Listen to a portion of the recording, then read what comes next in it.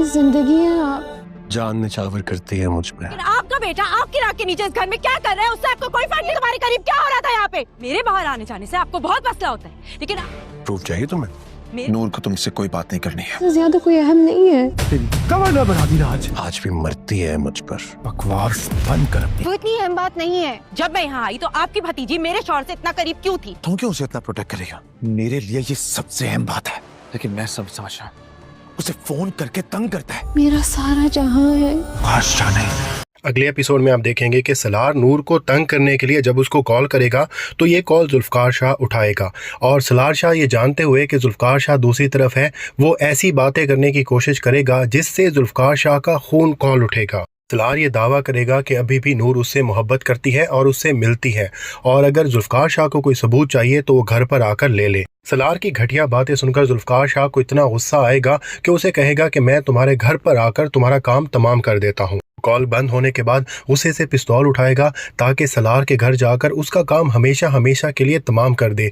नूर ये सारी चीज़ें देखकर बहुत ज़्यादा घबरा जाएगी और जुल्फ़कार शाह को थोड़ा काम डाउन करने की कोशिश करेगी, लेकिन जुल्फ़कार शाह के तो सर पर जुनून ही सवार होगा। बार बार नूर उसे यही रिक्वेस्ट करेगी कि वो ये सारा मामला खुद ही हैंडल कर लेगी, क्योंकि जिस तरह से जुल्फ़कार शाह ने हैंडल करना है उस तरह से तो मामला गड़बड़ ही होना है। लेकिन जुल्फ़कार शाह नूर की इन सारी बातों को गलत समझ लेगा। वो इतना ज़्यादा गुस्से में होगा कि उसके सोचने समझने की सलीयत काफ़ी कम हो चुकी होगी और वो ये नूर की बातों का मतलब लेगा कि नूर के दिल में अभी भी सलार के लिए कोई नरम गोशा या कोई थोड़ी बहुत मोहब्बत अभी बाकी है।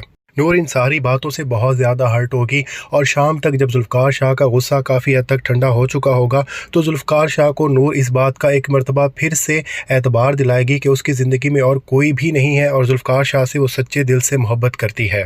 जुल्फ़कार शाह को भी इस अपनी गलती का एहसास हो जाएगा और वो नूर से सॉरी करेगा और इनके रिश्ते के दरमियान जो थोड़ी बहुत अनबन थी वो यहीं पर ही ख़त्म हो जाएगी। लेकिन यहाँ पर जुल्फ़कार शाह ये भी तहैया करेगा कि वो सलार का मुकम्मल तौर पर कोई इलाज करना चाहता है। जुल्फ़कार शाह सलार का कोई इलाज करे न करे उसके लिए फ़राह ही पूरी साबित होने वाली है। फ़राह उसके रूम में बहाने से जाएगी और उसके पास जाने की कोशिश भी करेगी और इसी असना में वहाँ पर अरुष्मा की आ जाएगी और अरुष्मा इन दोनों को काफ़ी हद तक करीब देखकर ये एतराज़ लगाएगी कि इन दोनों की इतनी नज़दीकियाँ क्यों हैं। तो गुस्से में अपनी सास अंजम को काफ़ी बातें सुनाएगी कि फ़राह को तो उसी दिन ही घर से निकाल देना चाहिए था। यहाँ पर वो फ़राह और सलार के ऊपर एक गलत रिलेशनशिप में रहने का इल्ज़ाम भी लगाएगी और सलार यहाँ पर मुकर जाएगा और अरुष्मा इतने ज़्यादा गुस्से में होगी कि वो यहाँ पर घर छोड़कर चली जाएगी। लेकिन घर छोड़ के जाने से पहले वो अपनी सास को अच्छी खासी बातें भी सुनाकर जाएगी। अरुष्मा इस घर में इतनी ही रुक रही है जितना गर्मियों में हमारे यहाँ बिजली रुकती है। तो नाज़रीन, ये थी आज की वीडियो। उम्मीद है आपको वीडियो अच्छी लगी होगी।